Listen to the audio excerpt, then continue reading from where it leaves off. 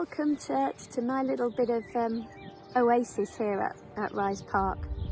Robbie sent me out for a little restful, mindful walk as my anxiety levels were creeping up, and I just needed to get out and have a little break from the craziness of the household. And I thought I'd bring you with me. I was going to do this little talk tomorrow, but I thought it would be real of me to bring you along today when I'm feeling quite vulnerable and, you know, not my usual bouncy self, if I'm absolutely honest. And this is my little part of Rise Park where I go to de-stress and pray, check out my tree, sit in my swing, and I'm just thinking about lamentation.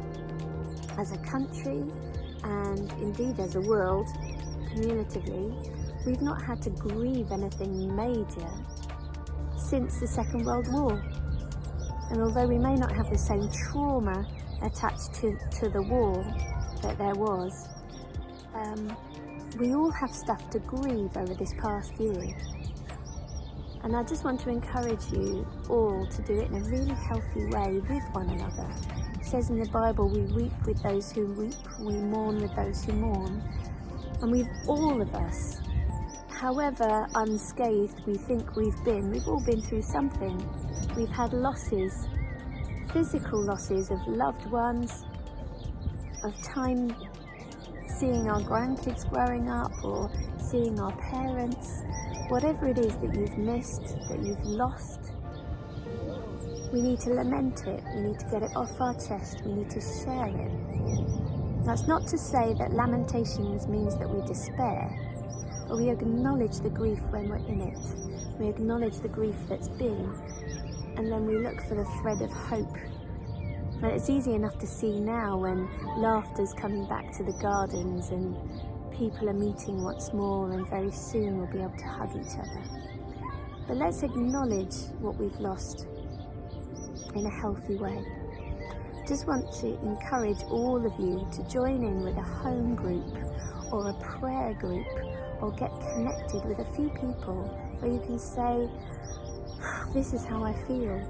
And that means relationship has to flourish before you put yourself in a vulnerable position to be really honest. And that's sometimes very difficult when we want to be a closed book, or we want to just smile and say, yes, let's just all be hopeful. And of course, we need to press in to hope and encourage one another in joy.